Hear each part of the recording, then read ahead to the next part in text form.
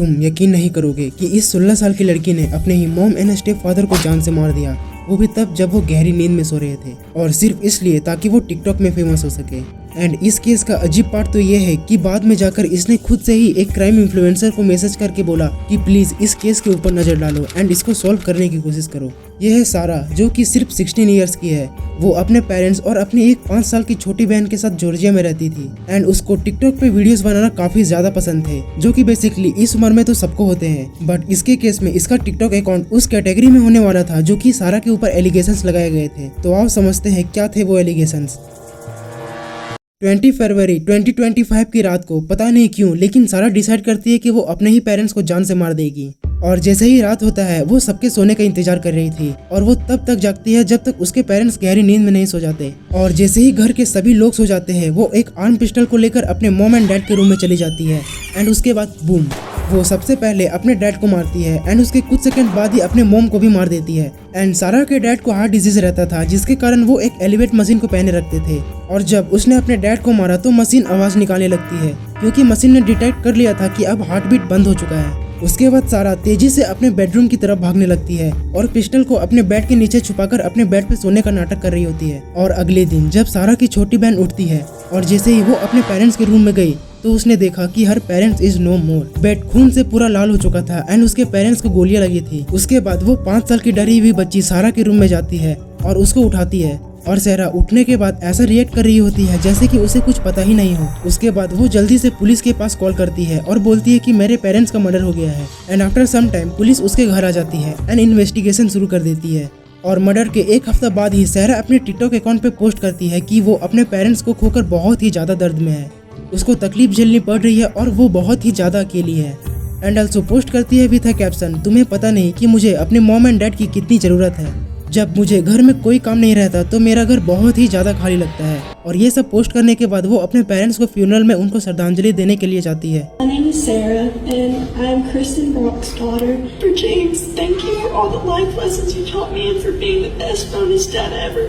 ये लड़की जिसने खुद की पेरेंट्स को मार दिया है वो इस तरह से आंसू बहा रही है। This is unbelievable. एनीवेज, समय धीरे धीरे बीतता गया लेकिन सारा अपने टिकटॉक अकाउंट पे पोस्ट करती जा रही थी। I want my mom back, मैं अपने मॉम के बिना कुछ नहीं कर सकती।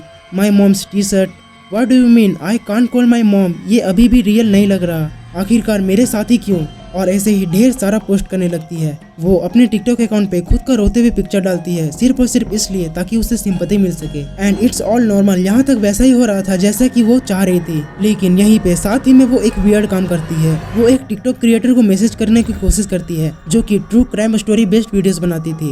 एंड उस पेज का नाम था एलिजेडली रिपोर्टेडली, जिसमें 146 के समथिंग फॉलोअर्स थे। एंड सारा उनको मैसेज करके बोलती है कि प्लीज मेरे पेरेंट्स के केस के ऊपर एक बार नजर डालो या फिर एक बार इसके बारे में अपने चैनल पे पोस्ट करो, because she wants to raise awareness and अपने मॉम एंड डैड को मर्डर को ढूंढ सके।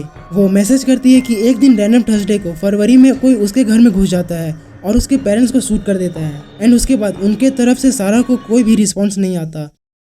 तो उसके नेक्स्ट मॉर्निंग सारा उनको फिर से मैसेज करने लग जाती है एंड उनको इस स्टोरी को कवर करने के लिए पुश करने लगती है और कहती है कि ये केस को आपको कवर करना चाहिए बिकॉज ये बहुत ही ज्यादा हिट होगा। और जैसे ही उन लोगों ने इस न्यूज को अपने स्टोरी में कवर किया तो सारा को और भी ज्यादा सिंपैथी मिलने लगा। ऐसे ही 4 महीना बीत गए। अब सारा 17 साल की हो चुकी थी लेकिन पुलिस को वैसा कुछ क्लू नहीं मिला था कि इस मर्डर को किसने और क्यों किया। तभी पुलिस ऐसा काम करती है जिसने सबको शॉक कर दिया। वो सारा के बायोलॉजिकल डैड को कॉल करते हैं और उनको बताते हैं कि उनके पास सारा को अरेस्ट करने का वारंट है। उसके बाद पुलिस सारा को अरेस्ट करके ले जाती है। Is now in custody, charged with 2 counts of murder, 2 counts of aggravated assault. She is here at the county jail being held without bond. और अभी पुलिस ने तो ये रिवील नहीं किया है कि उनको सारा के खिलाफ क्या एविडेंस मिला है, लेकिन पुलिस वालों के पास सबूत के पहाड़ है जो कि अभी तो रिवील नहीं कर सकते क्योंकि अभी भी सारा के ऊपर ट्रायल चल रहा है। उसके बाद वो लेडी जिसको सारा रीच आउट करने की कोशिश कर रही थी उसने भी एक वीडियो बनाया। Why would you ask me to cover a case where you are going to get arrested for taking your parents' lives? Y'all, this is Sarah Grace, and she messaged me back on June 3rd and just said, search up Brock case. So I said, Brock Turner? Brock who? She said, Kristen and James Brock. They're my parents. And out of nowhere, a random Thursday night in February, someone came in my house with me and my 5-year-old sister and left them for me and my little sister to wake up to. And I said, not knowing she was going to wind up arrested for this, I am so sorry. I cannot imagine. I will absolutely research and cover their case. Please take care of you always. On Tuesday afternoon, Carroll County Sheriff's Office announced that they have arrested 17-year-old Sarah Grace Patrick.